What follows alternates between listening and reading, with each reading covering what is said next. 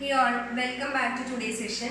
Today we will continue with the applications of surface tension. Those who didn't watch the first video, please go through the first video. Okay, so before going to the application, so let us define free surface once more. Okay, so what do you mean by free surface? Generally in the point of view of a 12th standard student, a free surface is nothing but it is a surface which is in contact with air. Okay, so whenever we have a liquid surface in contact with air, at rest we can treat it as a free surface for the time being. Okay, so for a liquid drop, okay, for a liquid drop, inside is filled with liquid, outside is air. അപ്പോൾ ഉള്ളിൽ liquid ആണ്, പുറത്ത് air ആണ്. അപ്പോൾ ഉള്ളിലെ surface നമ്മൾ എന്തായിട്ട് consider ചെയ്യേണ്ട?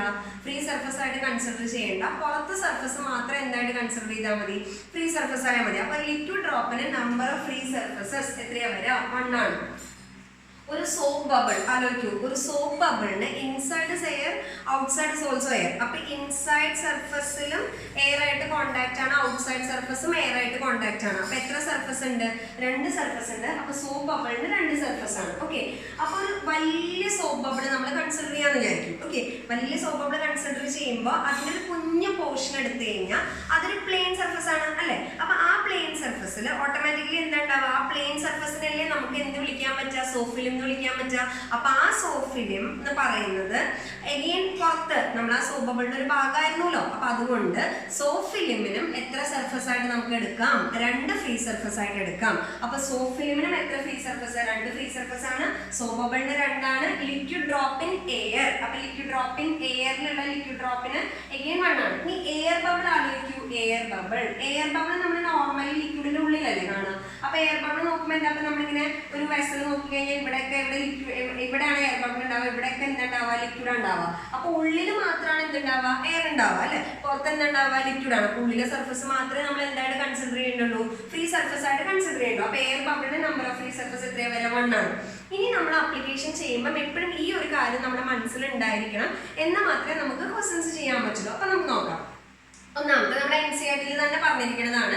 ഇതാണ് കേസ്. ഒരു ലിക്വിഡ് ഫിലിം, സോപ്പ് ഫിലിം എന്ന് വിചാരിച്ചോളൂ. സോപ്പ് ഫിലിം ഒരു റെക്ടാങ്കുലർ ഫ്രെയിമിലുണ്ട്, അതിലൊരു സ്ലൈഡർ ഉണ്ട്. ഈ സോപ്പ് ഫിലിമിനെ നമ്മൾ വലുതാക്കണമെങ്കിൽ നമുക്കറിയാം, നമ്മളിപ്പോൾ സാധാരണ നമ്മുടെ കയ്യിലൊക്കെ പതപ്പ് വെച്ചിട്ട് സോപ്പ് വെച്ചിട്ട് ഇങ്ങനെ പതുക്കെ വലുതാക്കാൻ പറ്റും അല്ലേ? അപ്പൊ അതേപോലെ തന്നെ നമുക്കൊരു ഷേപ്പുള്ള ഡെഫിനിറ്റ് ഷേപ്പുള്ള ഒരു സാധനത്തിൽ നമ്മൾ സോപ്പ് ഫിലിം വെച്ച് പതുക്കെ നമ്മൾ കെയർഫുൾ ആയിട്ട് വലിച്ചു കഴിഞ്ഞാൽ ഇതിങ്ങനെ വലുതായി വരും. നമ്മളോട് ചോദിക്കുന്നത് ഇതിന് വേണ്ടുന്ന വർക്ക് ഡൺ എന്തായിരിക്കും? അതാണ് ഞാനിവിടെ ഹെഡിങ് ആയിട്ട് ഇട്ടിരിക്കുന്നത്, work done to create an area. We know that surface tension always opposes enlarging of areas അല്ലേ? കാരണം സർഫസ് ടെൻഷന്റെ പ്രോപ്പർട്ടി എന്താണ്? ഏരിയനെ മിനിമൈസ് ചെയ്യാന്നുള്ളതാണ്. അപ്പൊ നമ്മളിപ്പോ ഇവിടെ ഏരിയ കൂട്ടാൻ നോക്കി കഴിഞ്ഞാൽ സർഫസ് ടെൻഷൻ എന്താ ചെയ്യുക? ഒപ്പോസ് ചെയ്യുക. So we have to do work against ആരാണ്? Surface tension. അപ്പൊ നമ്മൾ എന്താ ചെയ്യേണ്ടത്? ആ വർക്ക് എത്രയാണെന്ന് കാൽക്കുലേറ്റ് ചെയ്യണം അല്ലെ? അപ്പൊ ആ വർക്ക് കാൽക്കുലേറ്റ് ചെയ്യാൻ വേണ്ടി നമുക്ക് വേണമെങ്കിൽ കൺസിഡർ ചെയ്യാം. ഞാനിപ്പോ ആ സ്ലൈഡറിന്റെ ലെങ്ത് എല്ലാം അതിനെ ഞാൻ പതുക്കെ ഇങ്ങനെ വലിക്കുകയാണ്, കെയർഫുൾ ആയിട്ട് വലിക്കുകയാണ്. സോ ദാറ്റ് ഇതൊരു എക്സ് ഡിസ്റ്റൻസ് ഞാൻ വലിച്ചു വിചാരിക്കും. ഓക്കെ, അപ്പൊ അങ്ങനെയാണെങ്കിൽ ഇപ്പൊ ഞാൻ ക്രിയേറ്റ് ചെയ്ത പുതിയ ഏരിയ അല്ലെ? പുതിയ ഏരിയ ഈക്വൽ എന്താ പറയുന്നത്? LX ആണ്. അപ്പൊ ഇത്രയും ഡിസ്റ്റൻസ് നീക്കാൻ വേണ്ടി നമ്മൾ ചെയ്യുന്ന വർക്ക് സാധാരണ നമ്മൾ ഫിസിക്സിൽ ചെയ്യുന്ന പോലെ തന്നെ നമ്മൾ വർക്ക് കാൽക്കുലേറ്റ് ചെയ്യാം. ഇങ്ങനെയാണ് വർക്ക് വരിക. വർക്ക് ഇസ് ഈക്വൽ ടു ഇങ്ങനെയാണ് വരിക, ഫോഴ്സ് ഇൻറ്റു അല്ലെ ഡിസ്പ്ലേസ്മെന്റ് ആണ്. ഈ ഫോഴ്സ് നമ്മൾ ആരോട് ഇക്വലന്റാ കൊടുക്കണ്ടേ? ഓൾറെഡി നമുക്ക് ഇവിടെ force due to surface tension ഉണ്ട്. അപ്പൊ നമുക്ക് എന്താ കൊടുക്കണം? അത്രയും ഫോഴ്സ് ഇങ്ങോട്ട് കൊടുത്താലല്ലേ നമുക്ക് ആ എക്സ്റ്റേണൽ ഫോഴ്സ് അത്ര കൊടുത്താലല്ലേ അതിന് നീക്കാൻ പറ്റുള്ളൂ. അപ്പൊ നമ്മൾ എത്ര ഫോഴ്സ് കൊടുക്കണ്ടേ? Force due to surface tension. നമുക്കറിയാം ഇതൊരു ഫിലിമാണ്. ലാസ്റ്റ് സെഷനിൽ അത് നമ്മൾ കൃത്യമായിട്ട് പറഞ്ഞിട്ടുണ്ട്. ഇത് എത്രയാ വരിക? T ഇൻറ്റു എഫക്റ്റീവ് ലെങ്ത് ആണ് ഇവിടെ വരിക 2L. എന്തുകൊണ്ടാണ്? ഒരു ഫിലിമിന് നമ്മൾ പറഞ്ഞു 2 ഫ്രീ സർഫസ് ഉണ്ട്, ഇൻറ്റു എക്സ് ആണ്. സംശയമില്ലല്ലോ. അപ്പൊ നമുക്ക് ഇത്രയാ വരിക T into L into X into 2 ആണ് അല്ലെ? L ഇൻറ്റു എക്സ് എന്ന് പറഞ്ഞാൽ ഇപ്പൊ ഉണ്ടാക്കിയ ഏരിയ അല്ലേ? എനിക്ക് അതിനെ ഡെൽറ്റ എന്ന് കൊടുക്കാം. അപ്പൊ എനിക്ക് എന്താ വർക്ക് ഡൺ വന്നത്? Work done is equal to T into delta A into 2 എന്നാണ്. 2 വരാനുള്ള റീസൺ എന്താ? Number of free surface soap ഫിലിമിന് എത്രയാണ്? 2 ആണ്. അപ്പൊ നമുക്ക് ഇങ്ങനെ ജനറലൈസ് ചെയ്യാം. ഇതൊരു സോപ്പ് ഫിലിം ഉണ്ടാക്കാനുള്ളതാ. അപ്പൊ ഇത് എല്ലായിടത്തും നമ്മളൊരു എൻട്രൻസ് പോയിന്റ് ഓഫ് വ്യൂ, ഒരു എക്സാം പോയിന്റ് ഓഫ് വ്യൂ ചെയ്യുമ്പോൾ എല്ലായിടത്തും ഇങ്ങനെ നീട്ടി വലിച്ച് നമുക്ക് ഡിറൈവ് ചെയ്യാനുള്ള സമയം ഉണ്ടാവില്ല. ഇതിന് എങ്ങനെയാണ് നമ്മളൊരു ഷോർട്ട് ട്രിക്ക് ആയിട്ട് ആലോചിക്കുക? അതാണ് നമ്മളിപ്പോൾ പറയാൻ പോകുന്നത്. നമുക്ക് നോക്കാം. ഇത് നമുക്ക് എല്ലാ കേസിലും work done to create an area in terms of surface tension, അതായത് ക്വസ്റ്റ്യൻ പേപ്പറിൽ സർഫസ് ടെൻഷന്റെ ടേംസിലാണ് നിങ്ങൾക്ക് ചോയ്സസ് തന്നിട്ടില്ലെങ്കിൽ നിങ്ങൾക്ക് ഇങ്ങനെ കാൽക്കുലേറ്റ് ചെയ്യാം. Work done is equal to surface tension into change in area delta A എന്ന് പറയുന്നത് change in area into number of free surfaces ആയിരിക്കും. നമ്പർ ഓഫ് എന്താണ് ഫ്രീ സർഫസസ്. ഇതിന് വേണ്ടിയാണ് ഞാൻ ആദ്യം നമ്പർ ഓഫ് ഫ്രീ സർഫസസ് എത്രയാണെന്നൊക്കെ പറഞ്ഞത്. അപ്പൊ ഒരു ലിക്വിഡ് ഡ്രോപ്പിന് 1 ആണ്, സോപ്പ് ബബിളിന് 2 ആണ്, സോപ്പ് ഫിലിമിന് 2 ആണ്, അതുപോലെ എയർ ബബിൾ ഇൻ വാട്ടർ എത്രയാണ് വരിക 1 ആണ്. അപ്പൊ നമുക്ക് നോക്കാം ഒരു സ്ഫെറിക്കൽ ഡ്രോപ്പ് ഉണ്ടാക്കാൻ four developing or four creating A spherical drop. Spherical drop നമ്മൾ ഡ്രോപ്പറൊക്കെ വെച്ചിട്ട് ഒരു കുഞ്ഞ് സ്ഫെറിക്കൽ ഡ്രോപ്പ് ഉണ്ടാക്കാന്ന് വെച്ചു. അപ്പൊ നമുക്കറിയാം ഡ്രോപ്പർ നമ്മളിങ്ങനെ പ്രസ് ചെയ്യണം അല്ലെ, എന്നാലാണ് അതിന്റെ അറ്റത്ത് ഇങ്ങനെ ആ ഡ്രോപ്പ് ഉണ്ടായിട്ട് വരുള്ളൂ. അപ്പൊ നമ്മൾ അതിന്റെ വർക്ക് ഡൺ എന്ന് പറയുന്നത് work done is equal to T into അല്ലെ എത്ര ഏരിയ ക്രിയേറ്റ് ചെയ്ത് നമുക്ക് ആദ്യം ഡ്രോപ്പർ മാത്രം ഏരിയ ക്രിയേറ്റ് ഡ്രോപ്പിന്റെ ഏരിയ അല്ലെ, ഡ്രോപ്പിന്റെ ഏരിയ എത്രയാ വരിക 4πr² അല്ലെ into number of free surfaces എത്രയാ വരിക 1 ആണ്.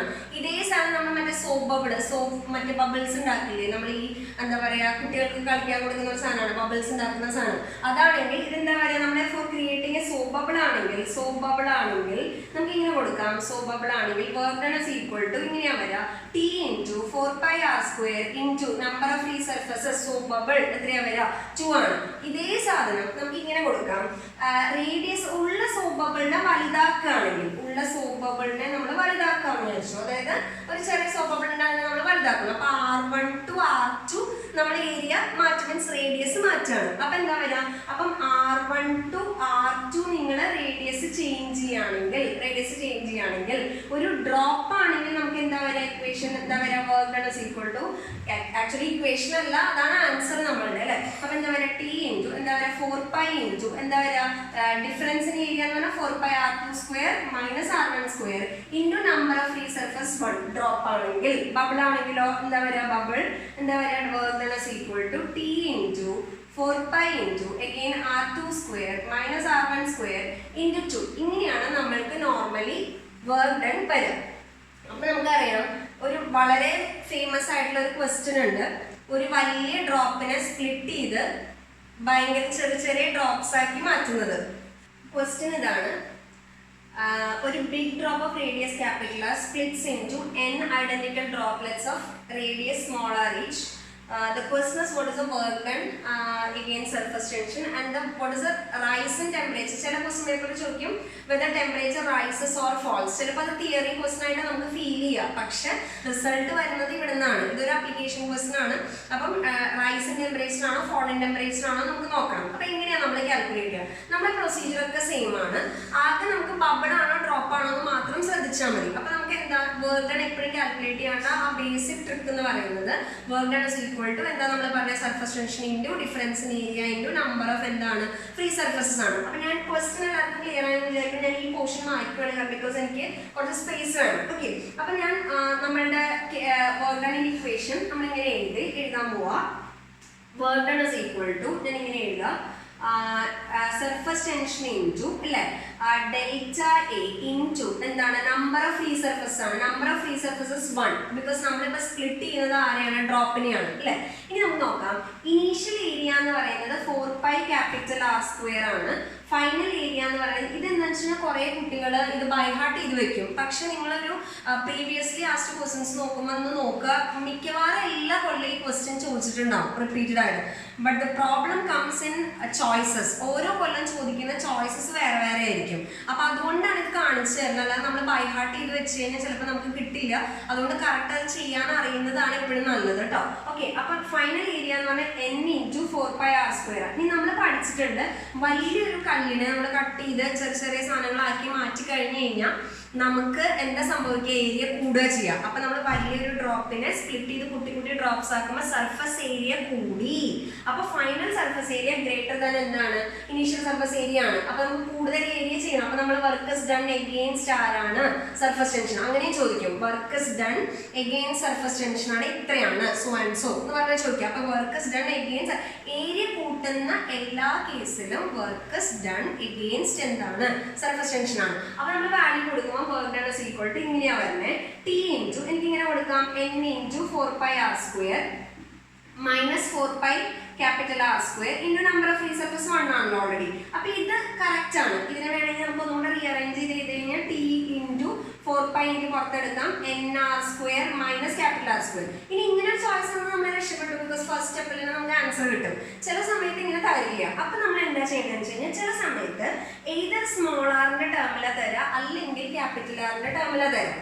either small r ന്റെ ടേമിലാ തരാം അല്ലെങ്കിൽ ക്യാപിറ്റൽ ആറിന്റെ ടേമിലാ തരാം. അപ്പൊ നമ്മൾ എന്താ അറിയണം, ഈ സ്മോൾ ആർ ക്യാപിറ്റൽ ആർ തമ്മിലുള്ള റിലേഷൻ അറിയണം. അതുപോലെ എന്നിന്റെ ടേം ഉണ്ടാവും. അപ്പൊ അതിന് വേണ്ടിയിട്ട് നമുക്കറിയാം വലിയ ഡ്രോപ്പിനെ സ്പ്ലിറ്റ് ചെയ്ത് ചെറിയ ഡ്രോപ്സ് ആക്കുമ്പോൾ വോള്യം ആണ് അവിടെ കോൺസ്റ്റന്റ് ആയിരിക്കണം. വലിയ ഡ്രോപ്പിന്റെ അതേ വോള്യം തന്നെ നമ്മൾ ഡിവൈഡ് ചെയ്ത് കൊടുക്കണേ. അപ്പൊ എന്താ പറയാ 4/3 πr³ എന്ന് പറയുന്നത് ഇവിടെ വരുമ്പം n × 4/3 π സ്മോൾ r³ ആണ്. 4/3 π കട്ട് ചെയ്ത് കളഞ്ഞു. r³ is equal to nr³ എന്ന് വന്നു, or r is equal to n⁻⁻³ r എന്ന് വന്നു. അപ്പൊ ഇത് നമ്മുടെ മനസ്സിലുണ്ടായിരിക്കണം. ഈ ടൈപ്പ് ക്വസ്റ്റ്യൻസ് ചെയ്യുമ്പോൾ ബബിൾ ആണെങ്കിലും ശരി, ഡ്രോപ്പ് ആണെങ്കിലും ശരി, നമ്മുടെ കയ്യിൽ ഉണ്ടായിരിക്കാം. ഇനി അത് സബ്സ്റ്റിറ്റ്യൂട്ട് ചെയ്യുമ്പോൾ ഇപ്പൊ നമുക്ക് തന്നിരിക്കുന്നത് സ്മോൾ ആറിന്റെ ടേമിലാണെന്ന് വിചാരിക്കും. ആൻസർ തന്നിരിക്കുന്നത് സ്മോൾ ആറിന്റെ ടേമിലാണെങ്കിൽ ക്യാപിറ്റൽ ആറിനെ മാറ്റി കൊടുക്കാം. അങ്ങനെയാണെങ്കിൽ t ഇൻറ്റു ഇത് 4π ഇൻറ്റു ഈ സാധനം nr² മൈനസ് നമുക്ക് r² അല്ലേ വേണ്ടേ. അപ്പൊ ഇതിനെ സ്ക്വയർ ചെയ്യുമ്പോൾ എന്താ പറയാ n⁻²/3 r². പിന്നെ ഓപ്ഷൻസ് ഇടുന്ന ആൾക്കാർ ഭയങ്കര ട്രിക്കി ആയിട്ടായിരിക്കും മക്കളെ ഇടുക. അവർ നമ്മളെ എങ്ങനെ മിസ്റ്റേക്ക് വരുത്താന്നാണ് അവർ ആലോചിക്കുക. അപ്പൊ നമ്മൾ അതിനനുസരിച്ച് മാറ്റുക. അപ്പൊ t into 4π capital R² small r² n⁻n⁻²/3. ഇനി ചില ക്വസ്റ്റ്യൻ പേപ്പറിൽ ഇവർ എന്ത് ചെയ്യും, ഇത് കറക്റ്റ് ആണ്, ഈ ആൻസർ കറക്റ്റ് ആണ്, ചിലപ്പോൾ ഇങ്ങനെ ആയിരിക്കും ചോദിക്കുക, ചിലപ്പോൾ ഇങ്ങനെ ഉണ്ടാവില്ല. ഇവരെന്ത് ചെയ്യും, n⁻²/3 പുറത്തെടുക്കും. നോക്കൂ, അപ്പൊ n⁻²/3 പുറത്തെടുത്താൽ ഞാൻ ഇവിടെ എഴുതാം. n⁻²/3 പുറത്തെടുത്ത് കഴിഞ്ഞാൽ t ഇൻറ്റു 4π r² ഓൾറെഡി ഉണ്ട്, n⁻²/3 പുറത്തെടുത്തു. അപ്പൊ ഇവിടെ 1 വന്നു, ഇവിടുന്ന് n⁻²/3 പുറത്തെടുത്ത് നമ്മൾ എന്താ വരാ n⁻1/3 വരും -1. ഓക്കെ, ഇനി ഈ സാധനം നോക്കി എന്താ r n⁻1/3 സ്മോൾ ആർ ആണ് ക്യാപിറ്റൽ ആർ. അപ്പൊ ഇത് സ്ക്വയർ ചെയ്തതാണ്. അപ്പൊ അതെന്താ വരാ t. അപ്പൊ ഇത് കറക്റ്റ് ആണ്, ഇത് കറക്റ്റ് ആണ്. t ഇൻറ്റു ചില സമയത്ത് സ്മോൾ ആറിന്റെ ടേമിൽ ആൻസർ ഉണ്ടാവില്ല. അപ്പൊ എന്താ വരാ 4π ഇൻറ്റു ക്യാപിറ്റൽ R² ഇൻറ്റു എന്താ വരാ n⁻⁻3 n⁻1/3 -1. ഇനി മിക്കവാറും ബുക്കിൽ ഇത് നമ്മൾ ബൈ ഹാർട്ട് ഇക്വേഷൻസ് കാണും. ഒരുവിധം മാർക്കറ്റിൽ അവൈലബിൾ ആയിട്ടുള്ള ബുക്സിലൊക്കെ ഇത് കാണും. ഇത് പഠിച്ചു വെക്കുന്നതുകൊണ്ട് തെറ്റൊന്നുമില്ല.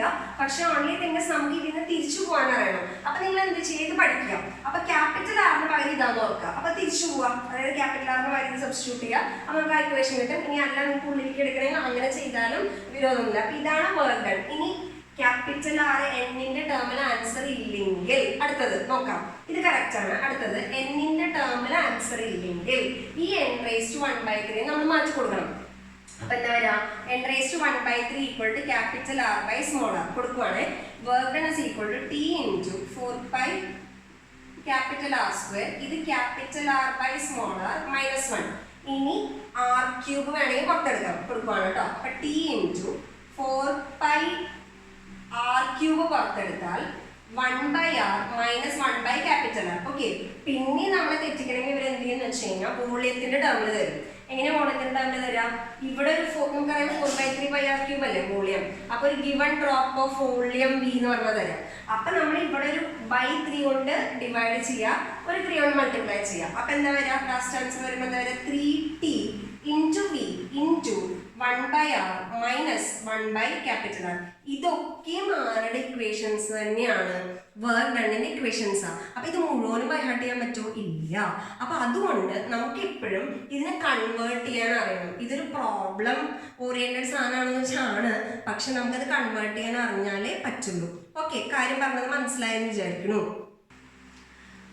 Now this is the work done. 3tv into 1/r minus 1/R. It depends on the options given to you. ഇതാവാം, ഈ പറയുന്ന ആവാം, ഇതാവാം, അവർ തരുന്നതിനനുസരിച്ചാണ്.